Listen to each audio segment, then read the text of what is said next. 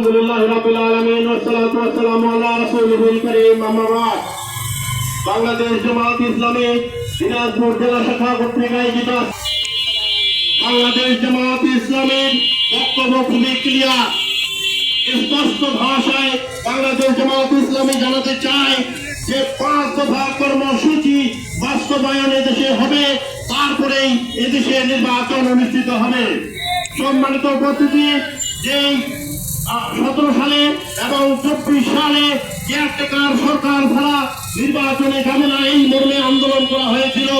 যেখানে আজকে প্রশাসনের মধ্যে ওই প্রশাসনিক কর্মকর্তারাই নিয়োজিত আছেন, ওই ওসি সাহেবেই নিয়োগপ্রাপ্ত আছেন, ওই ডিসি সাহেবেই আছেন, ওই এসপি সাহেবেই আছেন। তাদের অধীনে যেখানে আমরা নির্বাচনে যাই নাই, সেখানে তাদের অধীনে আবার 2025 সালের নির্বাচনে কিভাবে এই দেশের মানুষ নির্বাচনে যাবে, সেটা জনগণের কাছে আমার প্রশ্ন। সম্মানিত উপস্থিতি, এদেশে এখনো লেভেল প্লেইং ফিল্ড প্রস্তুত হয়নি। লেভেল প্লেইং ফিল্ড প্রস্তুত না হলে আবার একটি স্বৈরাচার শাসক এদেশের মানুষের ঘাড়ে চেপে বসার সম্ভাবনা দেখে দিয়েছে।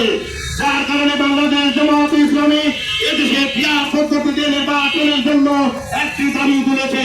পিয়ার পদ্ধতিতে নির্বাচন অনুষ্ঠিত হলে এদেশে কালো টাকার কোনো কালোবাজারে হবে না। এখানে তহবিলের মাধ্যমে সেন্টার দখলের কোনো সম্ভাবনা দেখা দিবে না। জুলাই চেতনাকে সমুন্নত রাখার জন্য তারা বলছে না যেদিন জাতীয় নির্বাচন হবে সেদিনই নাকি এই ভর্তি অনুষ্ঠিত হতে হবে। কেন ভাই? আজকে জুলাই চেতনাকে বাস্তবায়নের জন্য যে একটা বিশাল গণভোট, সেটা হচ্ছে একটা জাতির ঐতিহ্য। একটা ভোট সেন্টার যদি জাতীয় নির্বাচনের দিন কোনো কারণে বাতিল হয়ে যায়, তাহলে গণভোটটার কি অবস্থা হবে? অথবা কেউ যদি কোনো একটা বাক্স কেটে নিয়ে পালিয়ে যায়, অথবা কোনো দল যদি মনে করে আমরা ভোট দিতে যাবো না জাতীয় নির্বাচন, হতে পারে। ব্যক্তিগত মত পোষণের স্বাধীনতা সকলেরই আছে, এটাই হচ্ছে গণতন্ত্র ভাইরা আমার।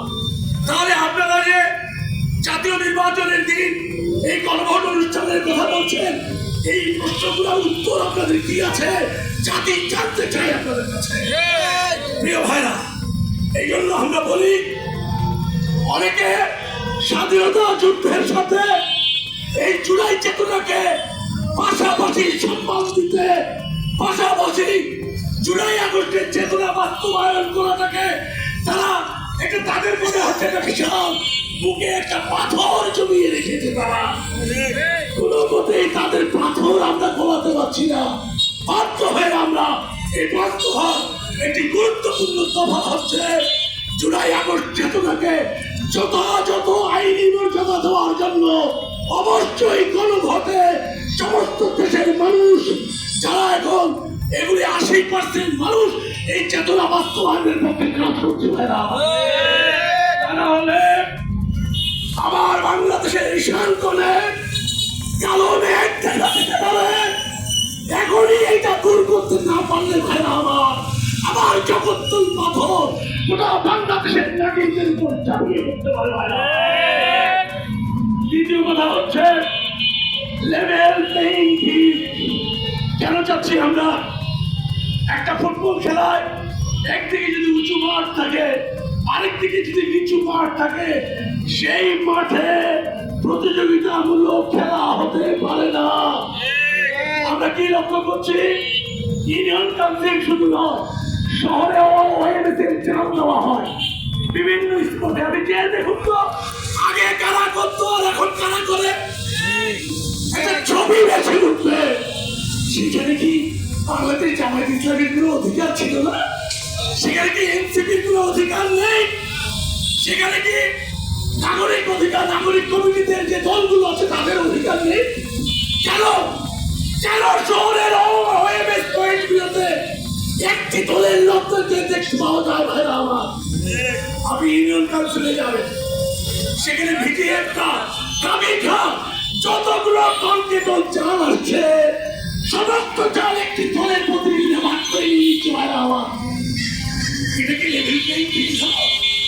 আপনি যে দেখুন, আজকে পূর্ব অফিস থেকে যত খাদ্য বিতরণ করা হয়, সমস্ত জনবান্ধব কর্মসূচিতে যতগুলো কর্মসূচি আছে, সবগুলো চাল একটি দলের লোকেরা ভাগ করে বাড়িতে নিয়ে যায় ভাইরা আমার। উপজেলা নেতৃবৃন্দ বিভিন্ন স্কুলে বক্তব্য রাখছেন। আমাদের আজকের এই কর্মসূচি ইতিমধ্যে আমরা গত একদিন আগে জেলা প্রশাসন বরাবরে সারা দেশে স্মারকলিপি প্রদান করা হয়েছে। আজকে আমরা মানববন্ধন কর্মসূচি পালিত করতেছি। আমাদের দাবি হচ্ছে জামাত সাহেবের 5 দফা দাবি। 1 নম্বর হচ্ছে পিআর পদ্ধতিতে এই নির্বাচন বাস্তবায়ন করতে হবে। আগামী ফেব্রুয়ারিতে নির্বাচন আগেই পিআর পদ্ধতি চালু করার জন্য সরকারকে পদক্ষেপ গ্রহণ করতে হবে। 2 নম্বর হচ্ছে লেভেল প্লেইং ফিল্ড। আমরা এখন দেখতেছি বিভিন্ন জায়গায় বৈষম্য এখনো চলতেছে। এখনো কোনো দলের পক্ষ থেকে ঘোষণা দেওয়া হচ্ছে দাঁড়িপাল্লার কোনো লোককে আমরা ভোট কেন্দ্রে থাকতে দিব না। এটা যদি লেভেল প্লেইং এর মানে নমুনা হয় তাহলে সেখানে সুষ্ঠু নির্বাচন হবে না। সেই জন্য আমরা চাচ্ছি সরকার যেন লেভেল প্লেইং ফিল্ডের ব্যবস্থা আয়োজন করে তারপরে যেন নির্বাচনের তারিখ ঘোষণা করে। সম্মানিত ভাই সব, আমরা এই কার্যক্রমের মাধ্যমে বাংলাদেশের মানুষ 17 বছর কষ্ট করার পর দেশ স্বাধীন হলো 5ই আগস্টে, সেই জুলাই যোদ্ধাদের জন্য যে জাতীয় সনদ, সেই সনদ বাস্তবায়ন করার ক্ষেত্রে সরকার সহ বিভিন্ন দলের নেতারা গড়িমসি করতেছে। আমরা চাই নির্বাচনের আগে এই জুলাই যোদ্ধাদের সনদ বাস্তবায়ন করতে হবে, স্বীকৃতি দিতে হবে।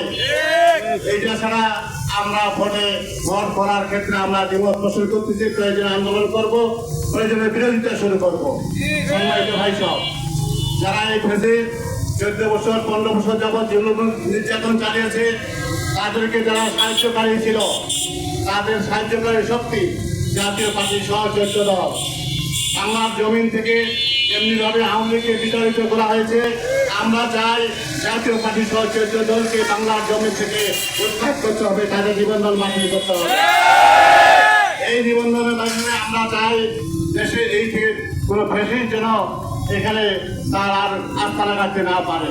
সম্মানিত ভাই সব, পিআর পদ্ধতি আমরা এই জন্য চাচ্ছি, যদি পিআর পদ্ধতিতে নির্বাচন হয় তাহলে দেশের প্রত্যেকটি দলের কথা বলার ক্ষমতা থাকবে। যদি পিআর পদ্ধতি না হয় বড় বড় দলেরা তাদের ইচ্ছামতো কাজ করবে, ইচ্ছামতো কর্মসূচি প্রণয়ন করবে। যদি পিআর পদ্ধতি হয় তাহলে দেশের প্রত্যেকটি দল সংসদে গিয়ে তাদের 2-4 জনকে সবারই কথা বলার এখতিয়ার থাকবে, তাদের বিরোধিতা করার ক্ষমতা থাকবে।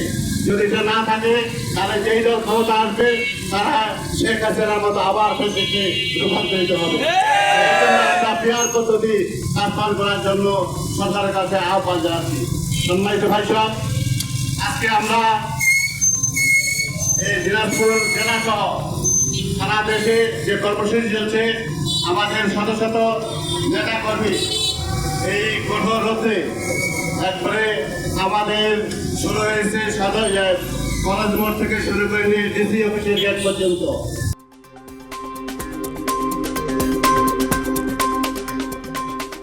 দিনাজপুর টিভি মানুষের জীবনের কথা বলে।